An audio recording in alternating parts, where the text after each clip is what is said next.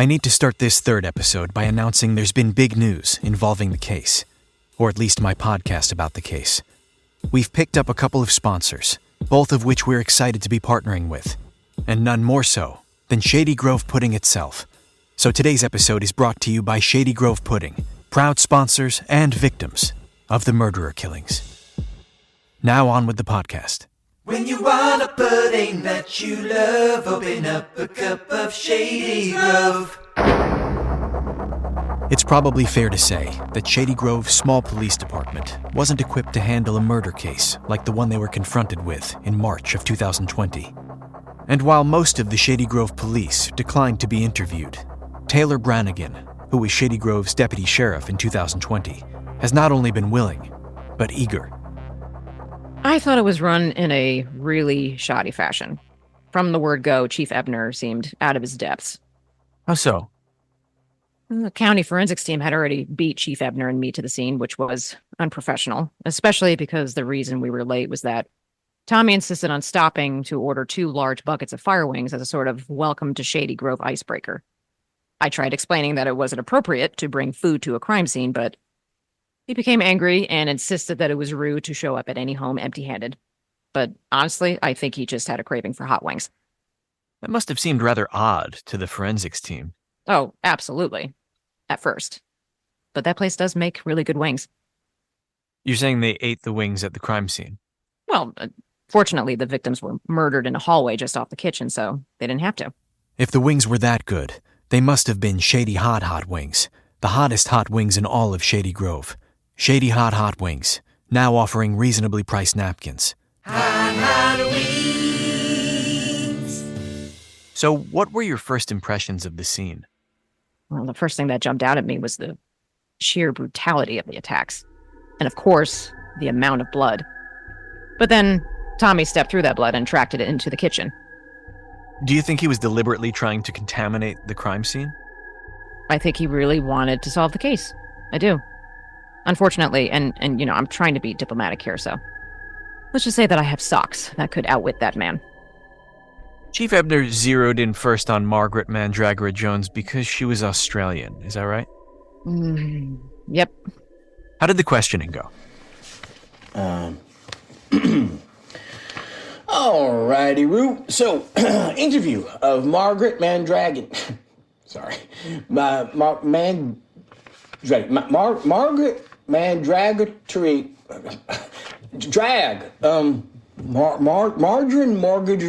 I'm going to skip ahead a bit here, because for the next few minutes, he mispronounces her name repeatedly, and then starts to mispronounce a lot of words. More or less all of them. Eventually, Taylor suggests they break for lunch and start over. And it's not hard to imagine the chief, all of them in fact, polished off their lunches with 1 or 2 creamy smooth helpings of smooth, creamy Shady Grove pudding. Shady Grove pudding, now in packages that don't show you the calorie count. When you want a pudding that you love, open up a cup of Shady Grove. An hour later, they resumed the questioning. Okay, interview resumed with, you know what? Is it okay if I just call you Margaret? If you think you can manage it. Actually, let me try just one more. No, let's move on. I'm keen to see if you'll stick the landing on your name. Well, I guess that there's, some of that dry wit you British are known for. For fuck's sake. She's Australian. Jesus! You scared the crap out of me, Taylor. I forgot you were there. I'm saying Miss Mandragora Jones is from Australia. Yeah, I know. Which is not in England, you're telling me. For the record, the witness is informing me Australia is not in England. The witness didn't tell you. I did. And she's not a witness. At that point, they break for what Ebner calls his second lunch. 90 minutes later, they try again. Okay, we're just gonna, fill in the names later, or, whatevs.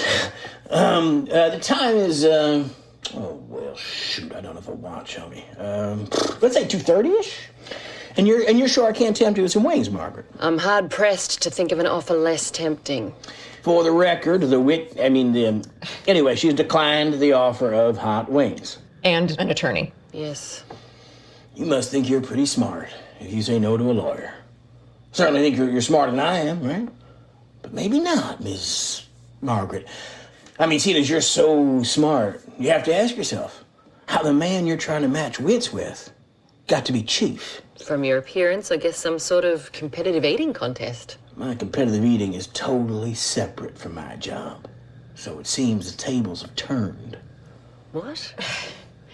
Can you account for your whereabouts late on the evening of March 8th and early the morning of March 9th, 2020? I was at home. I believe she was asking me.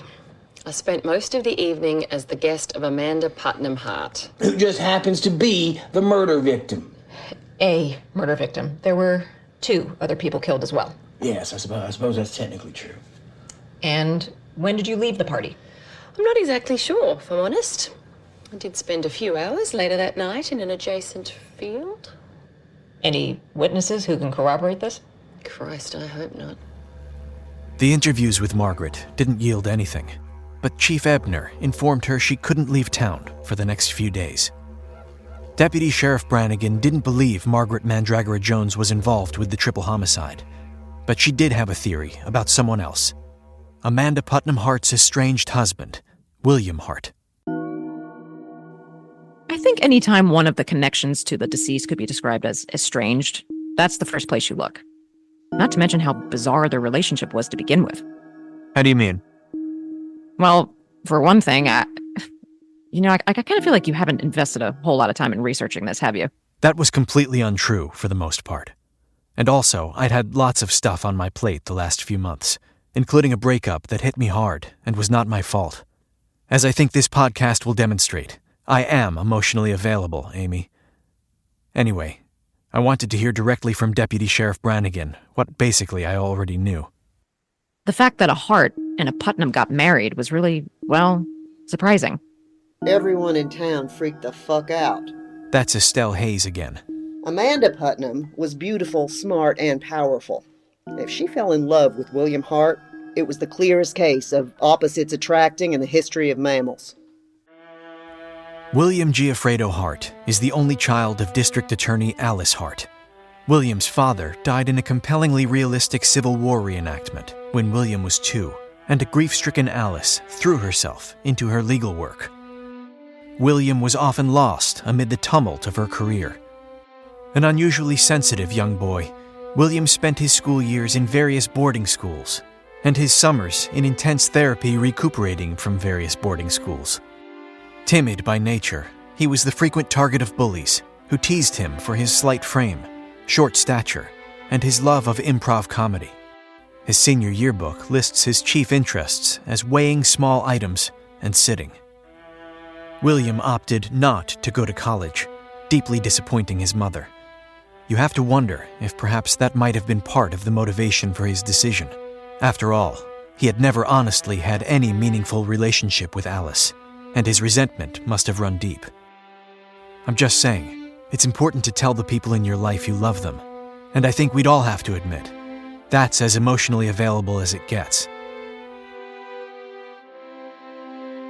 In some respects, according to Estelle Hayes, the courtship and marriage of William and Amanda was Like a fairy tale.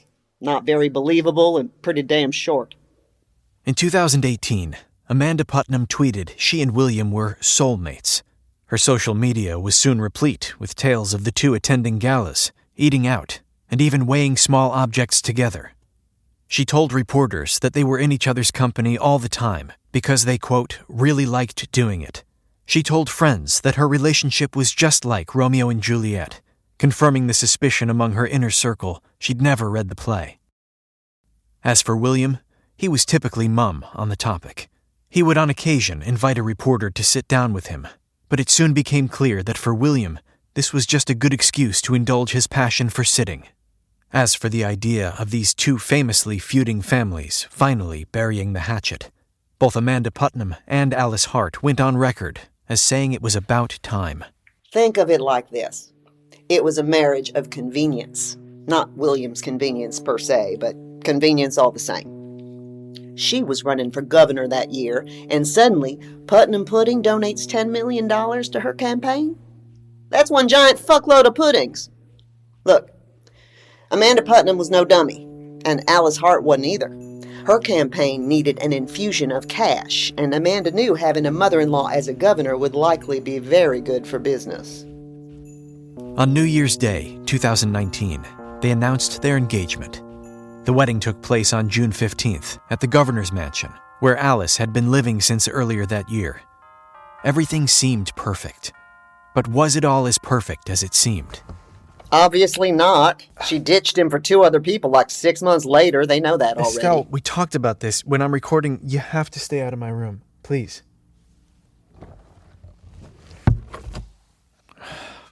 Damn it. Solving the brutal triple homicide at the Putnam estate quickly began to obsess Taylor Brannigan. Her chief suspect was the estranged husband of the murdered Amanda, William Hart. But was she basing this on more than the fact he was upset about their separation? I found out William Hart, despite being soft-spoken, had a violent temper. In fact, he had several altercations, but his mother was always able to get him out of any jams. He had no police record, but cops talk.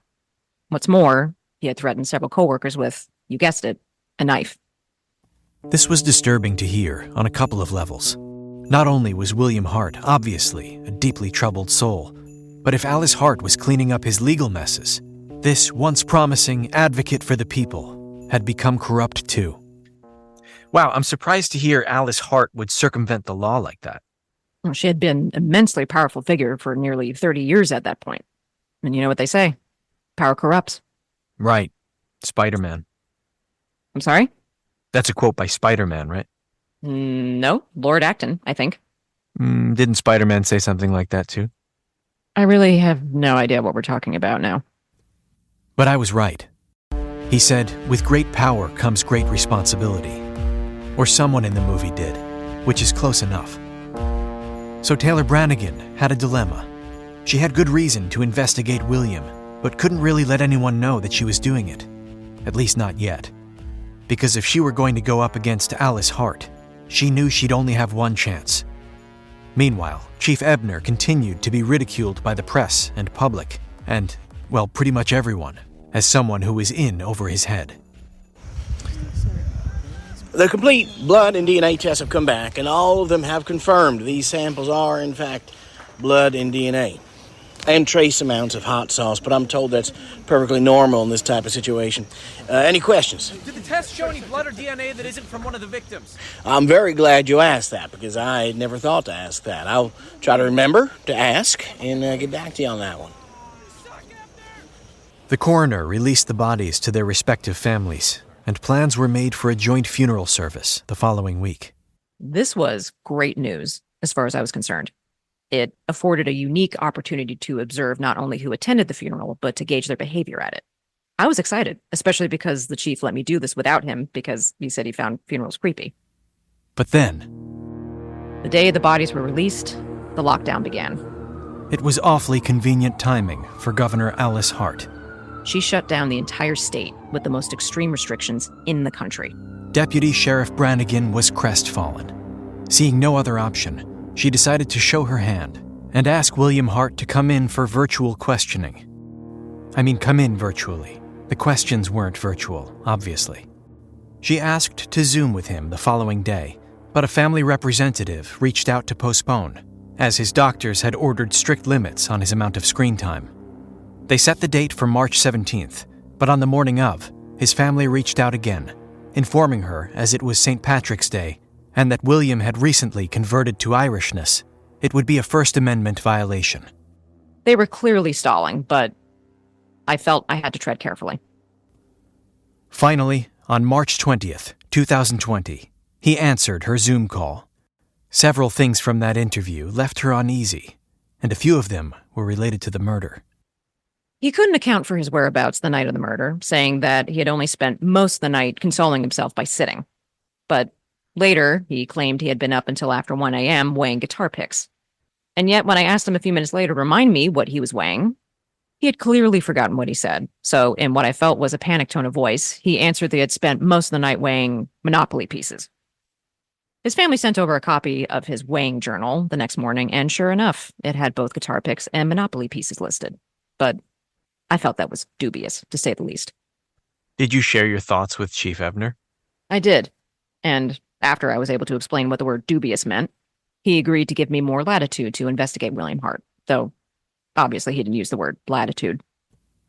But Taylor Brannigan wasn't content to focus solely on Amanda's husband. She also had suspicions about her brother. Teddy Putnam also seemed like a logical candidate. Teddy had almost ruined that company. And when Amanda stepped in, she saved it. They were technically both CEOs, but no one treated Teddy with much respect, and it bothered him. It would bother anyone, of course, but Teddy had a reputation for not handling things well. I was torn about whether Teddy was capable of actually killing his own sister. Not because she was family, but because it required a basic degree of competence and follow-through, which everyone knew weren't strengths of his. She isn't overstating here. In 2004, in the most infamous example of his lack of commitment, he announced a new family philanthropic initiative, Pudding Pals, a summer camp where terminally ill children would visit a specially outfitted ranch to meet some of their favorite celebrities, while continuing to receive world-class medical care. He worked diligently throughout the winter to ensure 75 children were enrolled free of charge, even going so far as to arrange and pay for their transportation from all corners of the U.S. But by April, he'd lost interest. When the shuttle bus he'd arranged to transport the children from the airport to the ranch arrived at the address of the ranch, they found that not only were there no celebrities on hand to greet them, but there was also no medical staff either. And the ranch hadn't even been converted from a shooting range. In fact, it hadn't even stopped being a shooting range. That was horrible. Just horrible. Those small, sick children crying and trying their best to hobble or limp back to the bus, which peeled off at the first volley of gunfire. Those little angels, just picturing them having to lie flat on the ground until nightfall breaks my fucking heart. Thank God those kids from the Christian youth group snuck out there that night to get stoned and screw. Otherwise, those babies might have died.